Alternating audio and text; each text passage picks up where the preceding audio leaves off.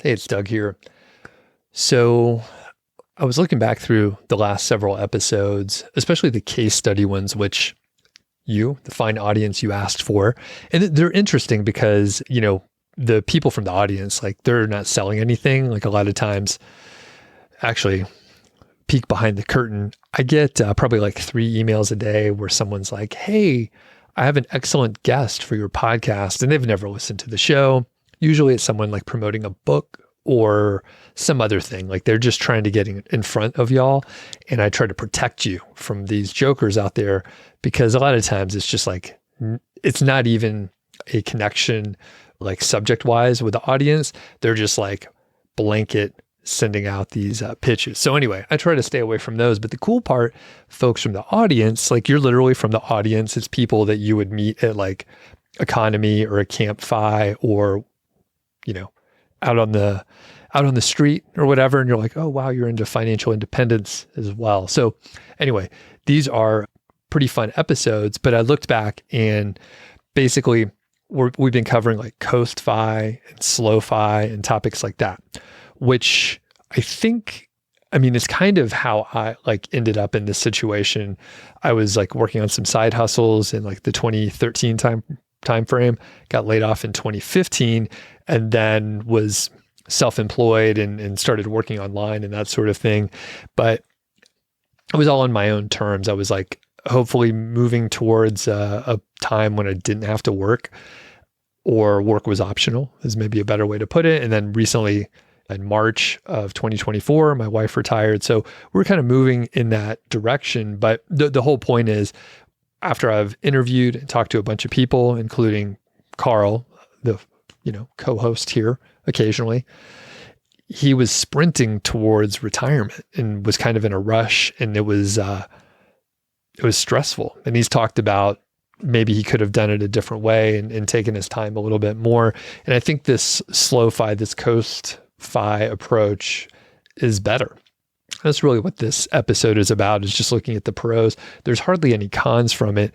Really, if you're, marching towards, fire and retiring early, you have options. Like you don't actually have to retire. It's more like retiring from a corporate job or retiring from mandatory work where you have to like earn a certain amount to pay bills and cash flow and live, which is respectable, of course. But if you could reach a point where it's optional, or you don't have to earn as much money, or you can go down to part-time, that makes a lot of sense. Because usually we don't want to do nothing. We just want to have options of like when we work and the work that we do and the people that we work with and options and autonomy. So that's what we're looking at. Now, I'll tell you, I don't regret too many things, but there's a couple things that I regret. These are ads, by the way. So look at that transition. I feel really confident about that. So one thing I regret is not improving and focusing on my sleep for way too many years. When you're younger in your 20s, you can go out and party and stay up late. In fact, even in college, I stayed up like too late, too often. And the thing is, if I don't sleep well, I am dumber. I'm dumber and I'm more depressed and I'm not in a good mood. And there were, probably a couple, at least a decade of me not getting enough sleep. GhostBed is a sponsor. And one of the best things that you can do is make sure you have a good, comfortable, high quality mattress. We personally use the GhostBed Luxe. That's the one that's a little bit softer. It kind of helps me feel like I'm sleeping on a cloud. Very comfortable. One of the focuses that GhostBed has is the cooling technology. So highly recommend checking it out. So they have many different mattresses, and I'll be honest, it can be overwhelming if there's too many options. So highly recommend you check out their 3-minute sleep quiz, and it helps you like find the right mattress for you based on, your answers to those questions. They have a full range of sleeping products. They have the adjustable king split situation. I never know how to describe that, but basically, 2 people can sleep on there. It's big, wide. It's 2 separate mattresses, and you could raise the feet or lower them or raise the incline. So you like set up a little higher, which is a pro tip. If you're a snorer, then if you just elevate just a little bit, it helps the snoring. So anyway, check out GhostBed out there. You can save 50% site-wide with the coupon code MileHighFi, or you can go to ghostbed.com/MileHighFi and help support the show. Really appreciate it. Oh, and one quick note, they also have 20-year warranty and 101 night at-home sleep trial. So certainly worth checking out. Thank you to GhostBed. Finally, another regret is not switching over to Mint Mobile sooner. We're saving about $1,080 per year as compared to actually a pretty good plan that we had on one of the big carriers. I won't mention who they are, but they suck. So we moved over to Mint Mobile about a year ago, and I pay on the annual plan. We get the 5 gig per month plan, which is plenty enough for us. And my wife and I both pay $180 per year, which is crazy because we used to pay $120 per month on the old plan. So highly recommend you check out Mint Mobile. The new customers out there, if you're switching over, which is super easy to switch over, you could use your existing phone. It's $15 per month for any of their plans. They really want you to check it out, test it. And we did that initially. And then I moved it down from like the 15 gig plan to the 5 gig plan because that's all I needed. And it's about $15 per month. Coverage nationwide, fast data. I have no issues. I love Mint Mobile. And if you want to help support the show, you can check them out. Just go to milehighfi.com/mint. And now let's get to the episode.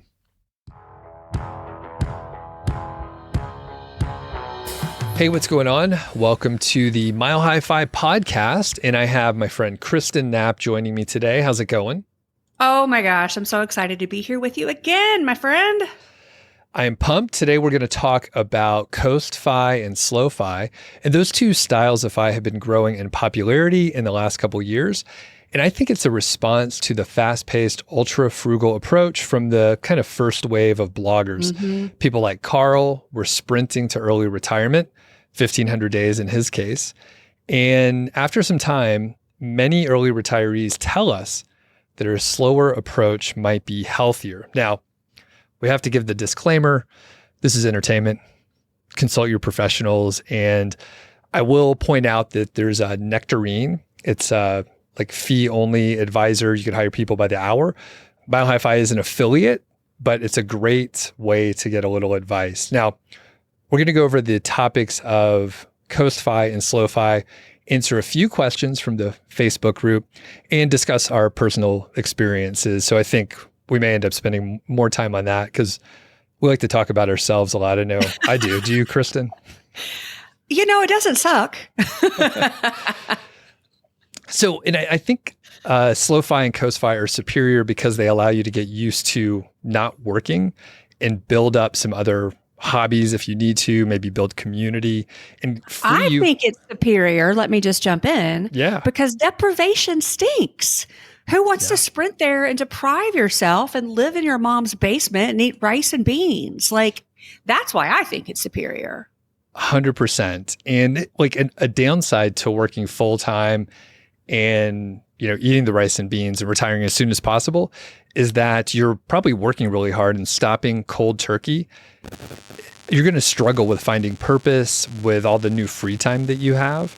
And I've talked to maybe a dozen or two people where they were depressed after they retired and they thought they were going to be much happier. So we'll get into all those details. And I think I'm going to start off just defining ChooseFI really quick. So, and I think there's maybe some moving parts to this and people may define it in a different way, but ChooseFI is reaching the point where where your investments will grow enough to support your retirement at a quote traditional age without needing to continue to save. And basically you have compound interest working on your side and you can kind of slow down a little bit. And just before we hit record, Kristen, you mentioned that, you know, this traditional age, that might be a problematic word in the definition. So what thoughts do you have on that? Well, here's the thing. So I consider myself ChooseFI because my investments are going to grow to where I need them to be when I want to retire, not at traditional age. And I'm thinking like 2028. So we're talking 4 years from now. So I almost feel like we need to create a new term. I feel like I blew past ChooseFI, right? If ChooseFI is your investments get to where they need to be at traditional retirement age, I don't know what this is, but I clearly hit ChooseFI. Right. And I think like the idea of ChooseFI, like when I heard about it and kind of thought about it a little bit more, it was a few years ago, and it lifted some of the weight off my shoulders because I knew when I got older, there would be a lot of compound interest working for me. But at the same time, like we were really aiming for like a fat fire situation. So it's like we hit ChooseFI and then we're like, okay, now we need to put money in a place where we can get to it a little easier, which is a post-tax brokerage account. Yes, there are ways to access money in pre-tax, but usually you have to jump through a few hoops. Yeah, so I think like you could hit ChooseFI and then layer on some other kind of FI if you wanted to, because I mean, I'm 45 and I'm like, all right, I'm not going to keep working or wait to actually get to the money. I have other money accessible. So. Right. For me, this is what allowed me to go part-time because we were saving, maxing out all of our accounts. And I basically crunched the numbers and figured out, wait, if we never saved another dime, we're going to be where we need to be by the time we want to be there, right? So we brought all that savings way, way, way down, which has allowed me to now only work 2 days a week, which is amazing. Okay. And how long have you been doing the 2 days a week again? Since March. In all fairness, there are some weeks I work more. Somebody's on vacation. We have crazy weather. I actually worked like 40 hours this past week, but that doesn't happen very often. Most weeks, it's just 2 days. Okay. And overall, from a satisfaction of life perspective, 2 days a week, is that good for you? It's amazing. It's amazing. Yes. I really was afraid that I was going to have some issues with not feeling productive enough. But if you're a person that worries about that kind of stuff, that's not going to happen to you, right? Because you're thinking through all of that and planning for it. I've been staying plenty busy, and my gosh, I can't even tell you how much I love my slow mornings and getting to sleep more and the joy is incredible. Like I'm so much happier. It's not like I was an unhappy person before, but just very happy. I don't have the stress. There were some things about my job I didn't love, and I kind of got rid of those parts by going to part-time. So I'm as happy as I've ever been. It's great. Highly recommend. And would you say that you're kind of in a SlowFI situation then? Or how do you think about it? So SlowFI is kind of is avoiding deprivation, right? Let's enjoy our life while we're still saving for the future. So I feel like with SlowFI, you're still saving and investing, and I'm not really doing that. So I don't know if I feel like I can call myself that. I don't know. What do you think? Yeah, I mean, I think you might be in the SlowFI situation. However, with the moving parts of these definitions, I think it probably depends on who you talk to. So I bet some people would say, well, you should be earning a little bit more so that you can keep saving. But if you run the numbers and you've decided you don't need to save more, but you're working part-time to cover your active expenses, your cash flow, and maybe some extra vacation time or whatever you want to do, then that's cool too. It's just you're doing it in a slow way where you have flexibility. Because at the end of the day, it basically means you're still working. So you're not full FI, right? But you're really enjoying your life along the way. Would you? I think so. Yeah, I agree with you. I agree with you. And I'm doing that. Well, the deeper question. So if you had, let's say you had enough where you were like, I am FI, I can stop working. Would you still enjoy doing the 2 days a week? Would you do that? Or would you quit working all the way? That's a tough question. I don't know. I really don't know. I'm going to have to see how I feel when I get there. I don't mind working the 2 days a week. I enjoy what I do most of the time. For those that don't know, I'm a broadcast meteorologist in St. Louis, but my industry is kind of dying. There's some not so great things happening. The company that owns us actually just did some big layoffs in the last week. Fortunately, our particular station didn't get hit, but over the years, they keep trying to do more with less, and pay isn't what it used to be. You're not going to believe this. I just have to put this out there because I saw this on the internet yesterday and it blew my mind. There was a guy in our broadcast meteorologist Facebook group who he posted anonymously, but he said, hey, I'm in a small market. I'm doing the Monday through Friday evening newscast, but I live in a camper van without any air conditioning because they only make $13 an hour. Isn't that insane? That's crazy. Yeah. So these small markets don't pay you a living wage. So it's not what it used to be. So I don't know. We're going to have to see where the industry is when it comes time. We're also going to have to see, as I continue to travel more and ask off for more time, how my boss reacts to this. Because you know what? They might not give me a choice.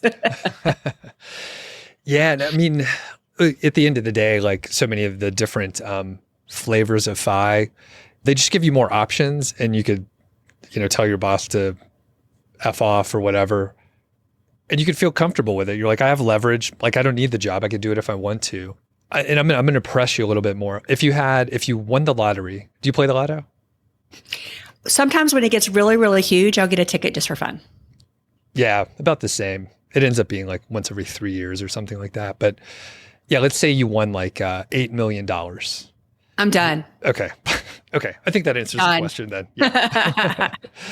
That totally makes sense. Well, and the thing is, like, we have so many of these conversations, and like, it does make sense to do something fulfilling, like something a little creative, but you're doing other things that you enjoy. Like in the Soundcheck, people will hear like you have hobbies, you have some good social things that you're doing. You run the ChooseFI group in the St. Louis area, right? Mm-hmm. So there's that. The Fi Friends Travel website, and what do you call that entity? Is that a what do you mean? What are my choices? Yeah. It's a company. It's a side project, a travel planning. It's a passion project. Passion project. So five. I don't know. Is there okay. a technical term I'm supposed to use? I don't know. Like with tax regard and stuff. Like, I don't know any of this stuff. At the end of the day, I love to travel. I love to hang out with 5 people. So I just combined my 2 favorite things, and I'm taking 5 people on group trips. Cool. Yeah. Passion project. Passion project. Perfect. And the thing is, like, it's good to do something and have like a purpose. Otherwise, you'll just like flounder around through the day. But a lot of us, like people like you and I think like we would, if you were on a desert island, you would create a list of stuff that you need to do. Like, oh, we got to move the sand over here today. Mm-hmm. Let's move it back over here another day. We'll find a way to stay busy, wouldn't we? Well, and you mentioned earlier about how, people who rushed to get to FI, and then they got there and they were kind of depressed or whatever. FI solves money problems, right? I think Carl actually says that. FI solves money problems, not other problems. So why people think that everything in their life is just going to be great once they hit FI doesn't really make a whole lot of sense. So just know that if you think you're going to get to that magical number and everything's going to change, yeah, not so much. You need to kind of know what you're not just maybe running away from, but what you're running toward. And that's so important. And it's been great to see in the last few years in the community, people talking more about, lifestyle design and things along those lines, because it's so key. Mm-hmm. I agree with all that. Excellent points. I'm going to move on to calculating ChooseFI. So just as a baseline, I'm going to run through some bullet points here. So you determine your desired retirement age, which can be early or it can be traditional. So you can decide like, hey, 45 is when I want to retire. Input the current invested assets into some compounding returns calculator. Use some estimated annual return, maybe from, 5 to 10%, depending on how conservative you are and what your portfolio looks like. Consult a professional, of course. And you could use the 4% rule to figure out your, annual retirement income as a baseline. Some people want to go lower. Some people want to go higher. It's beyond the scope of what we're going to talk about today.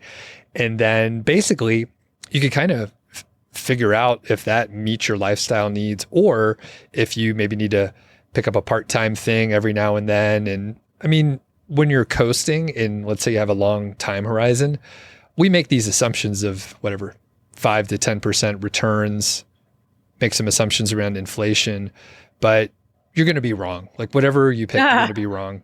And you'll reassess it in whatever, every quarter, every year, every 5 years, 10 years, whatever. But like the farther you are out, the more incorrect you're going to be. So what do you think? Funny you say that, because as a meteorologist, I can attest to the fact that no one can predict the future.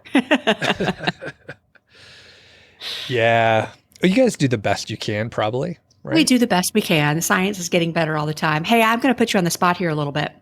When you do these calculators and you're projecting yours, what return do you use? Because I struggle with that a little bit. I never know what I should use. So when I was playing around just with the calculators, I would typically use around 8%. And depending on how I was feeling that day, I would like goose it up and down. And there's some calculators that you can use where you could add some variance in there. So you could say like 8% plus or minus 2, and that gives you a little bit more variation, a window. Our financial advisor uses 4.93, which is quite low. Yeah, and I'm like, well, we're probably going to be ahead of that. Well, Elizabeth is quite conservative, and that is helpful. And at the end of the day, like, I mean, we had already really saved too much. So this will continue to suppress it. And I've had lively debates around like, hey, okay, like we're suppressing, we're so conservative with every assumption that we're going to be like very far off from our projections. So I have talked to a couple other advisors, and many of them do use around 5% because they are conservative. They don't want you to run out of money. Right. That said, I talked to other people, they're like, I use 10%. And other people, so I would say probably 7 to 8.5% is probably like a good range. I use 8. 8, okay. I typically use 8, yeah. Many of the advisors use much better software that can allow you to do a lot of other sort of cool things, projections for future spending. And, you know, some calculators can do it on the free side, but you end up compromising a little bit. So anyway, yeah, 4.93 is our annual return. You're going to end up being the richest man in the graveyard, my friend. You've heard that expression, yeah?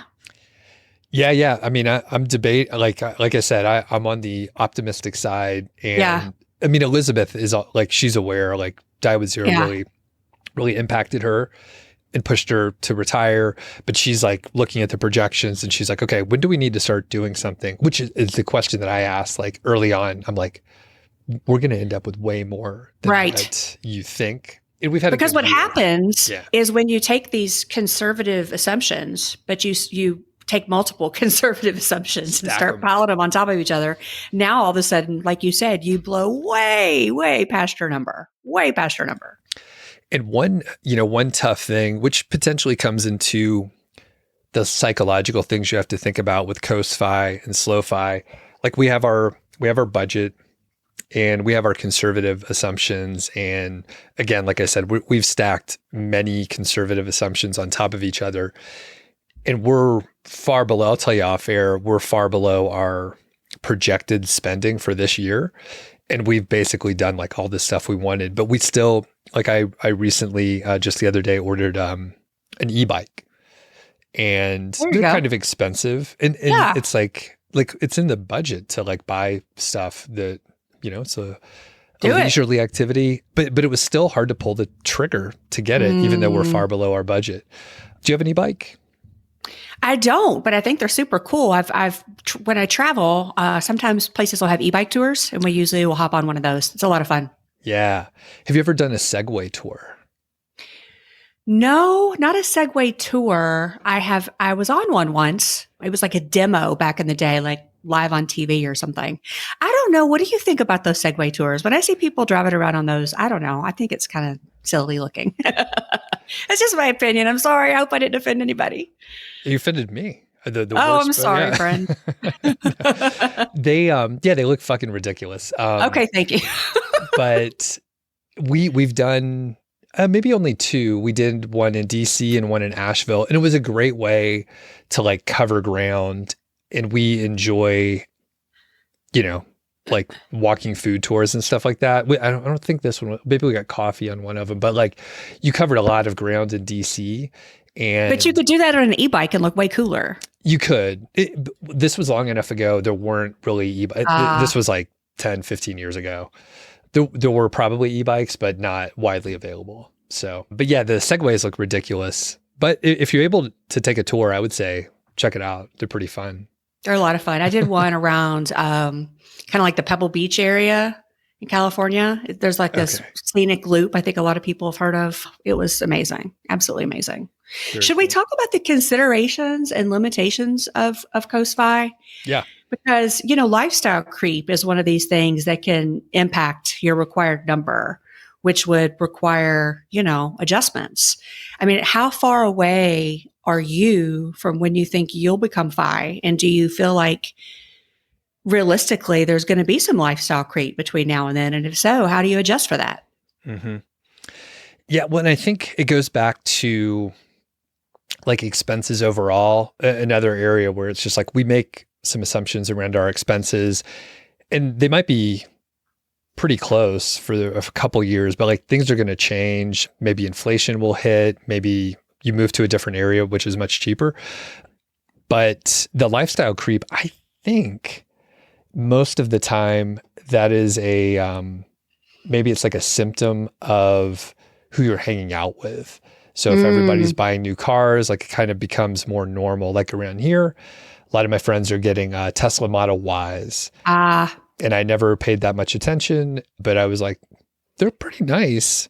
And they're telling me it's a good deal. Of course, I have a cognitive bias to assume that that's a good idea, but they seem like cool cars. So I could see, you know, the lifestyle creep definitely happening. So I don't think I answered your question. I just said whatever I was thinking. No, I think that's good. But hearing you talk about how you had the money and you were resistant a little bit to buy the bike and it was hard to pull the trigger, I suppose at the end of the day, I might not be so worried about that for you. Right. Yeah. And the thing is like, we may need to have some lifestyle creep. Maybe it's through travel, right? Like that's the one area we recently met with our advisor and it's just like, where would we expand our spending? Because we have a lot of stuff dialed in and it would be travel. It's one of those things where you almost have like an infinite amount of like leeway. Like you can go ultra premium or dial it back. And we've typically been on the much cheaper side, but maybe we do. You don't have to be.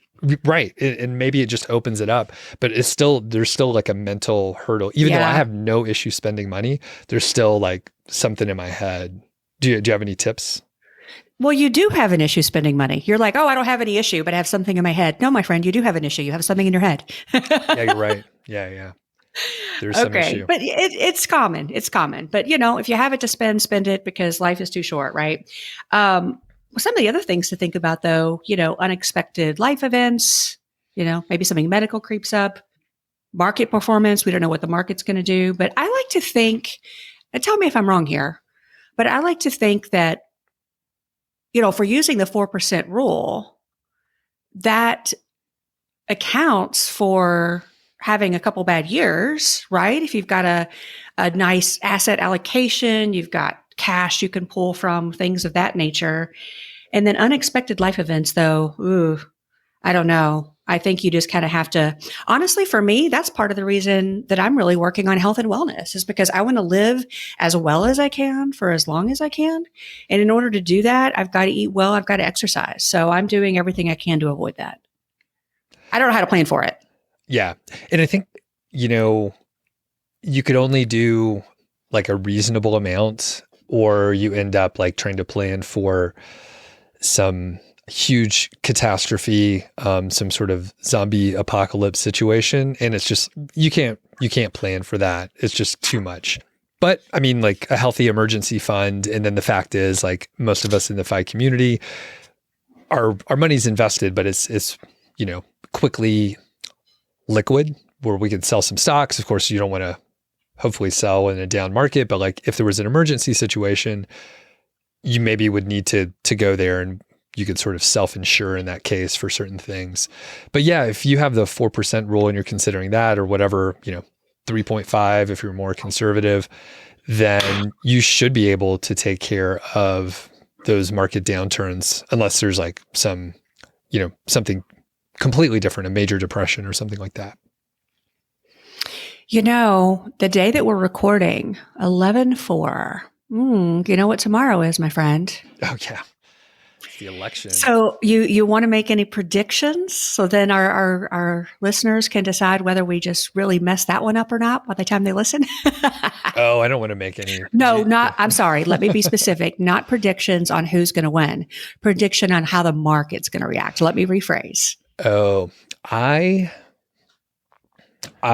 don't know. I don't even want to guess. I was going to say, I bet it will just be a roller coaster. I bet no matter who wins, there will be like a big upturn or a downturn and then up again. So whatever it is, I think it'll swing around wildly. What about you? I think that's a fair assumption. You know, I've been seeing all sorts of articles coming out in the last several weeks and months about, how the market reacts to, this party versus that party winning. And it kind of seems like it's a wash, really. So at the end of the day, I'm not worried about it. I am worried about who wins. I'm not worried about how the market's going to react. Yeah, it'll be irrational, whatever it is. All right. So let's talk about, I guess, reducing hours and transitioning to part-time. So that's exactly what you did. And we covered it pretty well as from a tactical standpoint, the light negotiation that you did and how it's actually working out pretty well. But do you have any tips for people that are like, maybe they figured out, hey, I'm in a ChooseFI situation. Maybe they'll leave the door open to work full-time again, but they just want to slow down. Do you have any observations over your, several months of experience now? Well, one of the reasons that FI is so great is that if you're at that place where you've hit coast, then you've already got your FU money, right? So you're in a situation where you can go for it. What's the worst thing that can happen?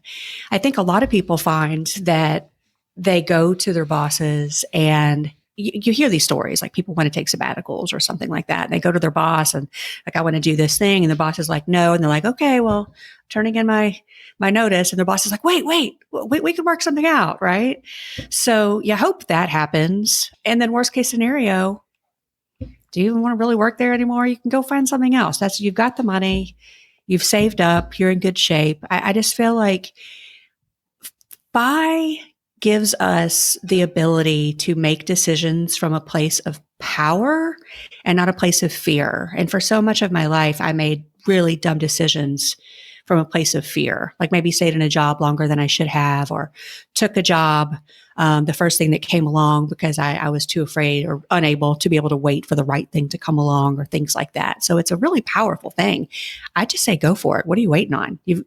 What's the worst that can happen? Really? Do we need to hit any more definitions or strategies around the SlowFI portion? I feel like we didn't really read the definition of SlowFI, and that I feel like we maybe could. Okay. Can I hop in and do that? Go for Is that okay? Oh, okay. Okay. I want to talk a little bit about SlowFI because we gave the definition, if you will, of ChooseFI, but I don't think we gave a specific definition of slow. So let's do that. Similar to ChooseFI, right? But it really emphasizes a more gradual and balanced approach to financial independence. It focuses on saving and investing consistently while really enjoying life along the way. And we kind of hit on that, but I just wanted to, get into a more specific definition. It may involve working part-time or pursuing passion projects. Hey, there's that word again, alongside a traditional career. And it allows for more sustainable and less restrictive path to financial freedom, which brings me to something that I've thought about with SlowFi. How do you think that's different from just saving for retirement for the regular Joe? And didn't somebody ask this on the Facebook page? I think it's a really good question. Yes. And this is from Melanie, and that's in the Facebook group. You can go to milehighfi.com/Facebook and request to join. So I think there's a couple pieces here, and I was going to give my thoughts, but I'm curious, Kristen, like, what do you think? Like SlowFi versus regular? I think the difference is the intention. I think the regular Joe saving for retirement isn't only not being intentional with how he spends. I think he's not being intentional about saving for retirement. I mean, what's the average American saving? Like less than 5%. So I think that's how I see the difference. I definitely agree with that. I think the other part is early retirement. So from my perspective, like you could do SlowFi and still retire 20 years ahead of time and do whatever the fuck you want after that for another 20 years until you hit like the traditional retirement age. And it gives you the flexibility to stop working if you want to, but it also doesn't put the stress on you of like optimizing every financial decision, working overtime as much as you can, and just like earning as much as you can as quickly as you can. I think that kind of pressure is very stressful. So if you remove that, you can still retire early. So I think that's the main difference, like SlowFi or maybe SlowFire, because I am interested in the early retirement portion, or at least not working a traditional job anymore, which people get into a lot of debate about, like, should you stop working? Like, do you have to stop working? And I'm like, it doesn't really matter. It's just, you could do whatever you want. It's just, you don't have to get a job that you don't want to have, basically. Right. The other part is around, and I think you touched on it, it's just like the lifestyle design portion, where if you have a hobby or you want to volunteer for, something in your community, you have like way more time to do that, because maybe you're working, a traditional job, but you're only doing it part-time, maybe 2 days a week, for example, or 3 days a week. Right. And then you could volunteer at the Humane Society which you do, right? I do. I volunteer in the Kennel Enrichment program at the Humane Society here in St. Louis, and I love it so much. And you pet dogs? Basically. Okay. Yeah. I get to go into the kennels with them one-on-one and love on them and give them treats and tell them they're good boys and girls and work on their commands. The idea is to make them more sociable and thus more adoptable. That's cool. Yeah. Elizabeth, she volunteered for a couple years just walking the dogs at the Humane Society around here. So pretty fun. Dogs are awesome. So they need us. They need us. Okay. So anything else about like the difference between SlowFi or regular Joe-Fi? Yeah, I think that pretty much covers it. It is a good question though, because I've thought about that too. I'm like, well, if you're just taking your time getting there, then how is that any different than anybody else? But yeah, I think for me, I think a lot of it comes down to the intention, because the average Joe isn't spending intentionally, right? I mean, they're not really, I don't think anyway, spending based on their values. We're mostly spending to keep up with the Joneses, unfortunately, which it sounds like you're doing a little bit of. What's the deal with this Tesla thing, mister? Oh, probably. You're not a keeping up with the Joneses type. No. I think eventually when I need to get a new car, but my truck's like, I was thinking about it, it's like 19 years old now. Oh, look, here's the deal. At the end of the day, though, like if it brings you joy, if you love that car, go get that car. Yeah. I'm not a huge car person though. So yeah, it'll be more utility. And the thing is, when you buy a new one, it's like that first scratch, it sucks. So I like getting one. I like to get a lightly used whatever, just so it has the first scratch. But let's see. Anything else with SlowFi before we hit more Facebook questions? No, let's hit more questions. This one is from David. So I have a question around ChooseFI. When someone says they have saved enough to retire at a certain age in the future, does the sequence of returns risk from that moment hit them harder or softer? Retirees can reduce their spending to help themselves in the first few years of retirement if the market turns down. But if you're drawing no money, I guess I don't understand if that makes it safer or more risky. So I was thinking about this, and I believe I'm right.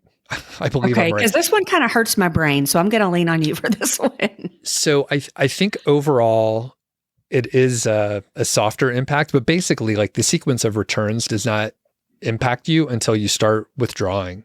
So my thought is, especially like if you're thinking ChooseFI is 15 years plus out, again, your assumptions are going to be pretty off. It will have compounded and grown quite a bit, but basically like the sequence of returns doesn't hit you unless you're drawing down in a down market. So if you're not drawing down, then it shouldn't impact you. However, if you have the money growing, then you will know if you're over or under whatever you estimated, like 15 or 20 or 30 years ago or whatever. So you'll know if you're in a position where you don't need to care about the sequence of returns, or if you do need to care about the sequence of returns and take it easy the first couple of years. So based on what I said, does that make sense to you? Does it pass the Yeah, sniff it test? does. But like, tell me if I'm wrong here, because my thought process is if I have 10% of my portfolio in cash, once I pull the trigger on FI, right? Then that's like 3 years of living expenses. So if I can use that cash to live off of for the first 3 years in case we have a down market in the first couple of years, right? Bad sequence of return risk, then at the end of the day, it's not an issue, right? So if I have a good asset allocation, maybe say, I don't know, 70-20-10 or 60-30-10 or something like that, as long as you've got 10% in cash, is there even a sequence of return risk at all? Yeah, you're right. Basically, if you don't have to withdraw, then yeah. So just protect yourself from that, right? Right. Put 10% of your portfolio in cash. I'd be curious. There are going to be people who probably say this is a really bad idea. I don't know. I chime in the comments because I want to know if I'm wrong so I can fix this. Yeah. No, you have it. I think you have it right. Yeah. If you have a bucket of money that you could access instead of selling your assets, then yeah, the sequence of returns don't matter. So right. it is fairly common to have whatever more cash on hand than like you really need, just in case there's a 3-year long recession, which I think that's the average length. So I think it's 2. I think the average bear market's 2 years. So as long as you're paying attention, you wouldn't have to withdraw anything. So hence the sequence of returns don't matter. So yeah. I have a very simple plan, and I'm going to tell you what it is, and you can tell me if you think this is right. I kind of already alluded to it. But the idea would be to do 60-70 in equity, 20-30 in fixed income, and then around 10% in cash. And then every year on some random day of my choosing, maybe I pick my birthday or something, I just readjust or do what's the word I'm looking for? Rebalance. Thank you. Getting a little bit older, sometimes I lose words. Rebalance, yes. Because that way it forces you to do the thing you're supposed to do, right? Which is buy low and sell high. And then you're always replenishing your cash bucket. So for me, in my brain, I feel like that should work perfectly. And then in a bad case scenario, if the market is down, then I just don't maybe rebalance for a while and just kind of live off that cash for a little bit longer. I don't know. What do you think? Does that sound like a good plan? That seems like a good plan to me. And there's some pros and cons, right? But or opinions. So I know like someone like Carl, he says they've oversaved, right? So they have what they need. So he's like, I'll just keep it all in like equities that gives a maximum return. And because we've oversaved, like we can weather the ups and downs. Elizabeth, my wife, is more conservative. She recently just rebalanced to a 60-40 because she's just like more conservative. I am less conservative. I'm in the middle. There's a spectrum here. And I'm like a 90-10 or so. And quick note. So Elizabeth is the 60-40 with her investments, but she does hold a decent amount of cash, maybe like 8% or something like that. So It's like pretty sizable amount of cash. But to your point, like it could weather a market downturn for a few years, which is good. And I mentioned our investments are separate, but like when we push them together, again, it's somewhere in the middle with a little bit more bond allocation than what I would want and a little bit less than what she has. So the blend of the two works out pretty well. But to your point, I think the cash buffer is great. And I've heard some people say, I think they spend from the cash bucket, like there's an auto withdrawal into their checking account from the cash bucket. So it comes from there. So they don't feel like the money they're spending, they're not like selling stock and then spending it directly. And that way, like you could rebalance properly. So, yep. Yeah, you got it. And there's some psychological component too, but it does keep you from selling and potentially in a down market because you have the cash on hand. Now, if you run a simulation or something, like one of them may really do better in returns, but most of us have probably been conservative and we've saved a little bit more than we need so we can weather some, less than optimal returns. Yeah. Again, it comes back to, I feel like if you're worried about it, you're probably fine, right? Because you've thought through all the things that could happen and put things in place to prevent that, because that's just who we are as a community. Yeah, definitely. And the other thing, we're talking about working part-time, or we have a lot of flexibility on certain portions of our expenses. So travel, for example, that's one where like we'll still take vacations, but maybe we won't go on a Christmas river cruise that What? particular year, but we Or would maybe go just one of camping. you goes. Just one goes. Yeah, yeah. It's a hypothetical. But yeah, maybe that year we don't go on like a more expensive trip and we do something a little bit closer to home that's a little bit cheaper. So, Okay, since you mentioned the river cruise, I'm going to jump in real quick here. yeah. So we talked about it last time. I launched Fi Friends Travel. It's a way for the Fi community to see the world together, right? I love hanging out with the community. I love to travel. I just combined my two favorite things into my passion project. So since we last spoke, I launched a trip to Portugal, which is coming up in April. And as of today, November 4th, I've got 6 spots left. So if you want to learn more about that, just go to fifriendstravel.com. You can sign up there and subscribe to the newsletter, which I'll launch new trips. You'll get all that information, not miss anything. There's also a European river cruise to the Christmas markets, as you just mentioned, for December of next year.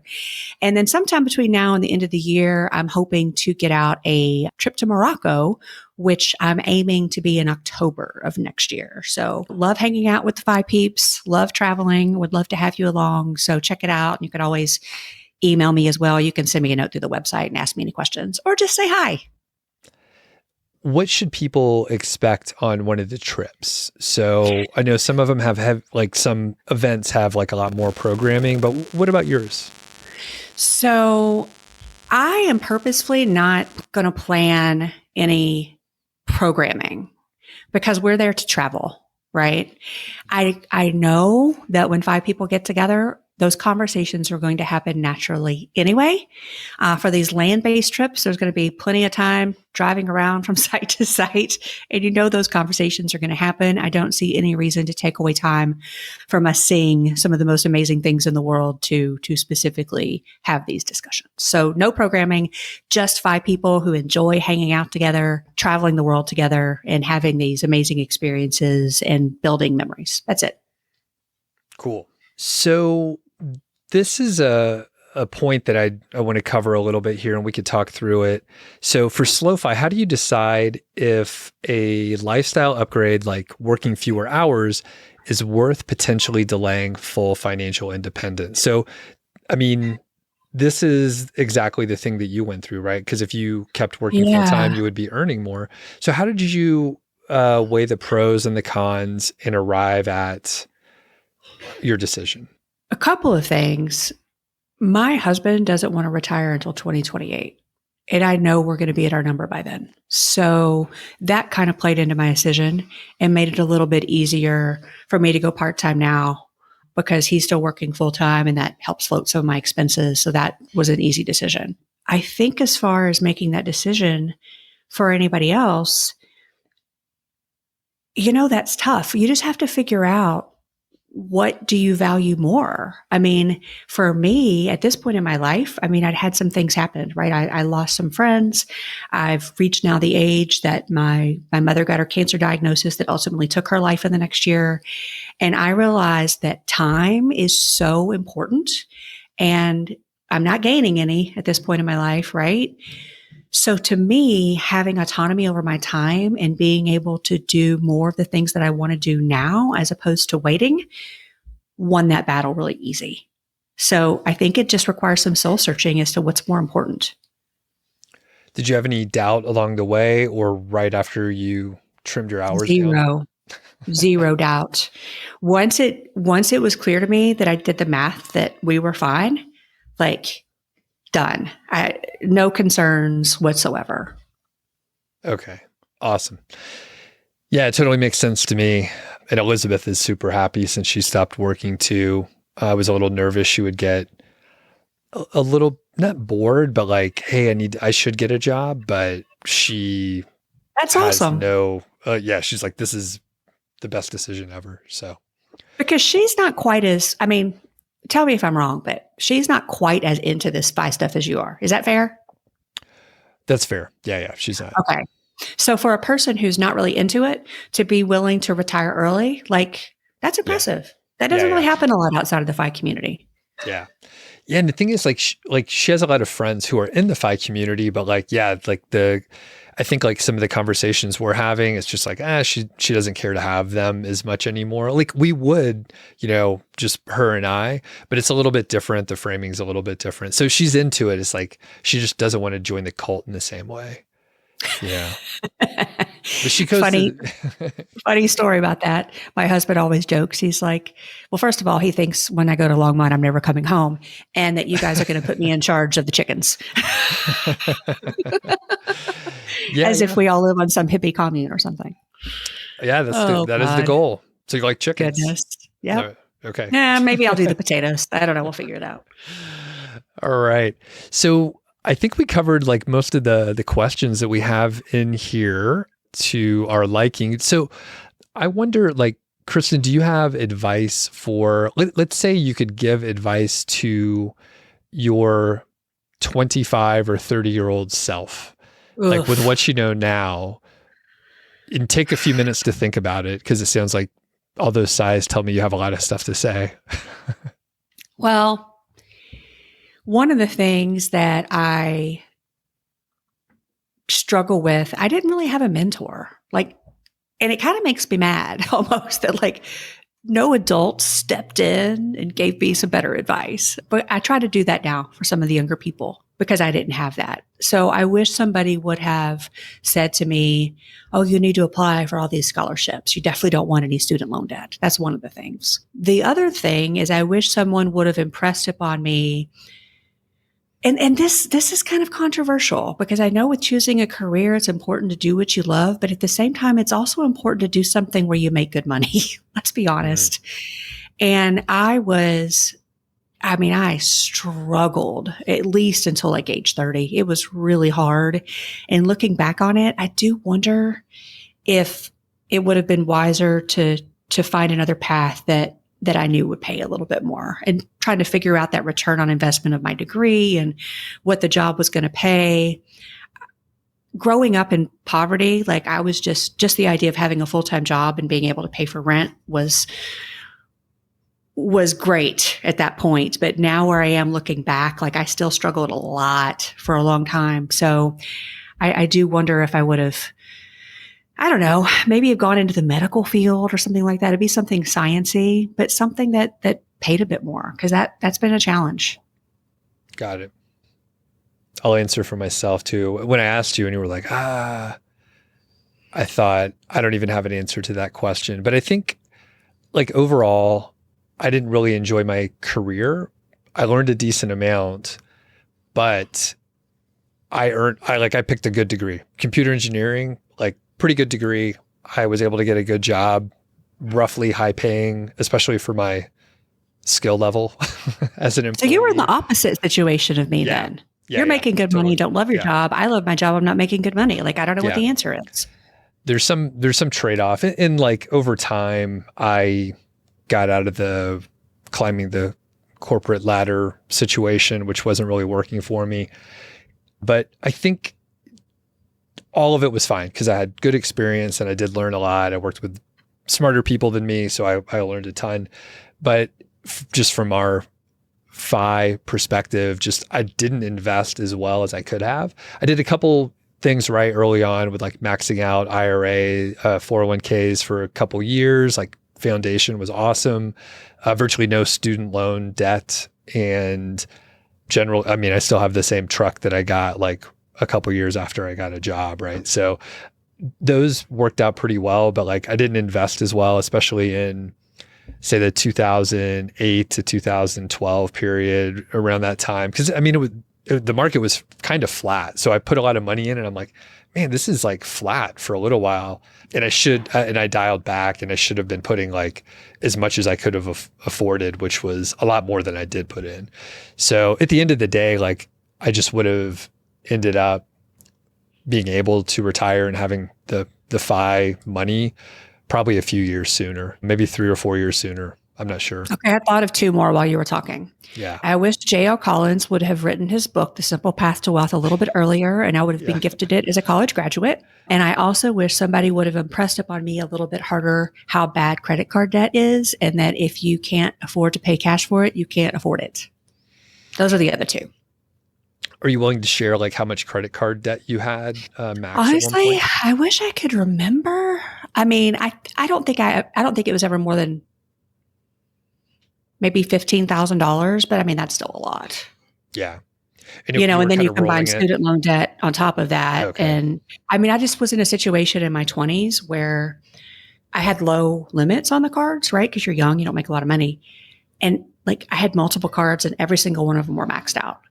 And this was just to live. I mean, this was just to pay for gas and food. I mean, it wasn't like I was living this extravagant life. But by the time I paid rent and student loans and car payments, there just wasn't anything left. So what would happen is every month I could only afford to pay the minimums, which I always did. But then it was like, ooh, I've got $30 before I max out on this one. So can you put my groceries? Can you do 30 here and 20 here? And it was ridiculous. Robbing Peter to pay Paul, right? That's how I spent my 20s. And then when were you debt free? At some point you were like, okay, I got to stop this, right? I found the Dave Ramsey book, Total Money Makeover, and learned about what he calls the debt snowball in early 2000s, and immediately started working that debt snowball. So I started aggressively trying to pay that debt down, and it took me till, let me think. Wait, is that right? 2010 is when I finally hit zero. 2010 is when I was finally broke and out of debt. That wasn't that long ago. No. Well, it's cool to hear. I mean, because the thing is, like, it took us, both of us a little while to like be moving in the right direction and all that stuff. But still, I mean, the point is, it's like 14 years ago, you were able to like pull things together, and now you're like, I'm part-time, ChooseFI, like you're doing what you want. Yeah. So, thinking back, obviously we can't change our lives. I think we're happy with our lives where they are, but it's like, if someone's young, I have a question we're going to hit in a couple weeks here on one of the episodes, and she is 27, and I'm like you're fine. You're good. You're 27. And like her position is where I was when I was like 38 or something. So I'm like, yeah, you're totally fine. Like you could tweak a couple things here, but like if you just stay the course for like a few more years, you're going to be totally fine and kind of be able to do whatever you want and have full options. Anyway, I can't remember if I had a point. That's okay. I was just going to chime in and say, I would say it took me about 5 to 10 years working really hard to get out from under the debt. And then once I got to zero and was able to throw all that money that I was putting toward the debt, toward my investments, then it took roughly 14 years to get to this place where I'm able to go part-time and I see FI kind of right around the corner. And last couple questions here. I know we got to wrap up. Growing up, or even as a young professional, did you see anyone that went part-time and just no? Okay. Like outside of FI land, that's not a thing. It had never occurred to me in a million years. When I went to my boss to talk about it, he was shocked. I think he thought I was going to quit, and he didn't really know what to do with me. I mean, he approved it. He thought it was a great idea, but like they'd never had anybody do that before. They didn't know what to do with my benefits. They didn't know if I needed a new contract. It was pretty much unheard of. So I just don't think, particularly as a childless woman, right? I don't have any kids of my own. Like, well, why is she going part-time? It's not like she's staying home taking care of the kids, right? Like, what's she doing that for? You know what I'm doing it for? Because I can and because I want to. Yeah. Yeah. So my parents were a little bit different. So my dad was a firefighter and my mom was a nurse. My dad retired when he was like 49 because he had his 30 years in. He started when he was 18-ish, and there was some deferred comp and some other stuff, and he has a pension. And he retired early, and it was, he's enjoyed it. There's always plenty of stuff to do. So there's plenty of stuff to do. And then my mom, she's a nurse, or was a nurse. She went part-time, I think around the same time. So and she went up and down the number of hours and stuff like that. But yeah, she did go part-time. So I didn't even realize it, but I had examples of like early retirement and then Wow. SlowFi like in the household, but I didn't put it Do you together. recognize though, like what an anomaly that is that your family did that? I do. Yeah, I do. And I mean, I was in college when my dad retired and I thought, oh man, I don't want to be a firefighter, but I sure would like to retire early. And I was like, it's impossible. And the thing is like, if I would have Googled it, I could have found a couple books. Pete wasn't blogging yet. There may have been some of the early iterations. Maybe Get Rich Slowly could have been around those early days. But yeah, I didn't put it together until, a few years ago, really. Mm-hmm. Even though it was right. I mean, I had like clear examples of like what you could do. But the thing is like, I thought I couldn't do it because my dad had a pension and that's like not a thing anymore. Right. So right. My dad worked until the day he died. I mean, retirement, like what's that? That was my life. Interesting. All right. So we're starting to wrap up here. Do you have any other thoughts on the Slow or ChooseFI that we need to talk about here? Other than I think you can take pieces of each one to combine for a really amazing life, right? Like let's avoid deprivation. Let's live our best life along the journey, but let's be smart about it, right? And I think we're all, how blessed are we all to have found this community and like these things so that we can live this incredible life that, I mean, just look around. Most people aren't going to get to live this life that we are. It's the best thing ever. I just love all my community. You guys are the best. I love what you said because I think, people could be rigid on like the specific 5 that they're aiming for, but really if you could pick the best parts that work for you from any one of the flavors, then that's great. Maybe you do a mini retirement in your SlowFi for a few years. You may find a different career, especially if you're on the younger side, then you might find something that you really want to do, but you don't have to earn as much money. And maybe it's more of a passion project that grows, but then you have total freedom to do it. And then you could go back and work full time, whatever you want to do. It just gives you options, right? So there's so many options, it's just like you're free to choose the path that works the best for you. And we're all going to be in amazing shape at the end. So it's pretty great. Kristen, so you have 5 Friends Travel. Where should people find you and where do you want me to direct them to? How about, the website, 5friendstravel.com. And then you can email me at Kristen@5friendstravel.com. And if you're in St. Louis, you can find me on KMOV television. All right. Or if they're passing through and then want to hook up with a ChooseFI Oh group. my gosh, I would love that. If you're coming through St. Louis, definitely give me a shout and we'll get together. I'll show you around my fair city. All right. Cool. Well, thanks, Kristen. We'll talk to you soon. Thank you. Thanks for listening to the show. That was the Mile High 5 podcast, and I'm Doug Cunnington. If you dig the show, please do 3 things for us. Number 1, tell a friend, a family member, an enemy about the show. We really don't care who you tell. Maybe forward them a specific show that you know that they will like. It's the single most helpful thing that you can do to spread the word. It's like giving us a virtual high five, and actually we don't give high fives in person, so the virtual kind's pretty good. And more importantly, your friend or family member or even your enemy will appreciate the fact that you were thinking of them. Number 2, make sure you're following or subscribed on your podcast app, Apple Podcasts, Spotify, Overcast, YouTube, whatever you're using, and that way you won't miss a show. And number 3, please leave us a rating and review. We read them on the show occasionally, and you might hear yours out there on an upcoming episode.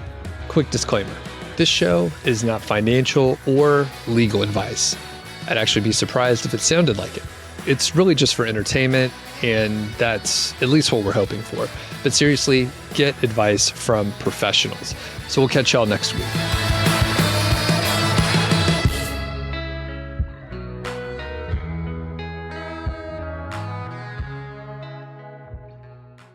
You took some cooking classes, and I love cooking. We chatted about that. What have you been cooking lately? Is there anything where you're like, I want to practice this dish or use this technique? Anything in the last few weeks that you've cooked? So to be clear, I am not fancy.